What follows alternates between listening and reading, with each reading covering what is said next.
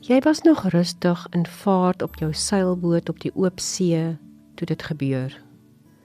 'n Tsunami tref jou plotseling. Jou hele lewe word ondersteboog geslaan soos die skok van 'n aardbewing. Van dit wat nou gebeur, dit verswelg jou. Want in 'n oogwink verander alles toe die watermassa soos 'n vulkaan uitbars en oor jou spoel. En jou veilige domein soos 'n slaggat voel. Ja, ons almal, ook jy, het al beleef dat 'n mens se lewe in 'n oogwink kan verander.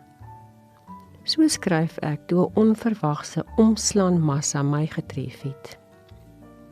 Here, my veilige domein is in sekondes vervorm tot skok, vrees, verwarring, onsekerheid, pyn. My wegkruip hemel, 'n toevlugsoord, is verwoes in skerwe stukke.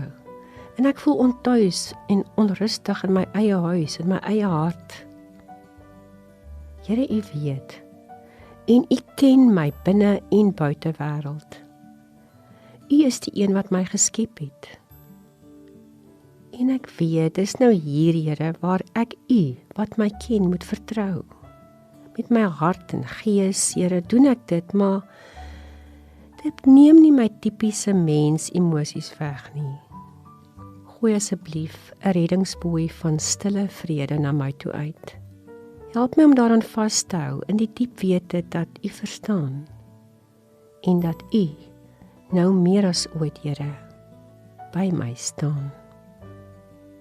As jy tans of dalk steeds of weer 'n vloedgolf van ontwrigting en onsekerheid ervaar, wil ek jou aanmoedig om, ondanks al die onstuimigheid om jou, by jou Vader te gaan sit. Dalk wil jy jou warboel net voor hom uitspoel. Miskien wil jy net in stilte sy troos voel. Ongeag wat jy nou nodig het, kan jy weet, jou Here weet. Kom ons bid. O groote vashou, Here, vandag het ek U so nodig. Hou my gekoester asseblief. Amen.